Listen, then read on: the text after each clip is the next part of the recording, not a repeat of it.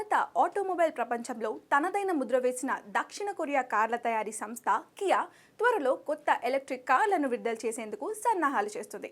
Media నివేదికల ప్రకారం company ఇప్పుడు ఏ విభాగంలో ఏ ఈవీని తీసుకురాగలదో ఒక్కసారి చూద్దాం.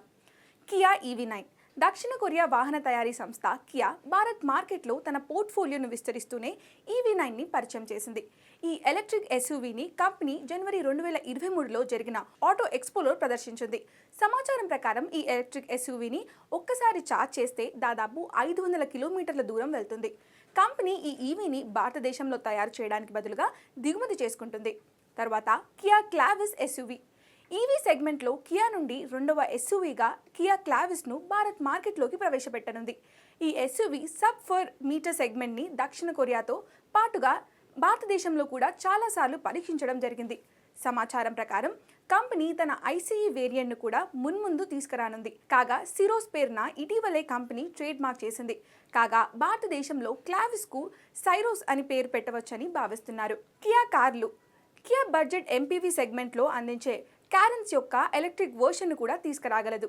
ఇటీవలే దాని ఫేస్ లిఫ్ట్ వేరియంట్ పరీక్ష సమయంలో కనిపించింది. దీంతో పాటు దాని ICE వర్షన్ ఫేస్ లిఫ్ట్తో పాటు EV వర్షన్ను కూడా భారతదేశంలో ప్రవేశపెట్టవచ్చని భావిస్తున్నారు.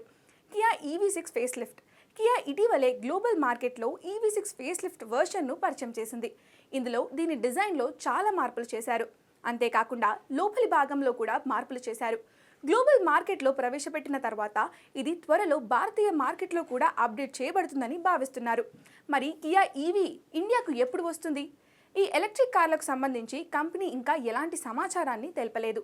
అయితే పండుగల సీజన్ ప్రారంభంలో ఈ మోడల్స్ను భారత్కి తీసుకొచ్చేందుకు ప్రయత్నిస్తున్నట్లుగా తెలుస్తుంది.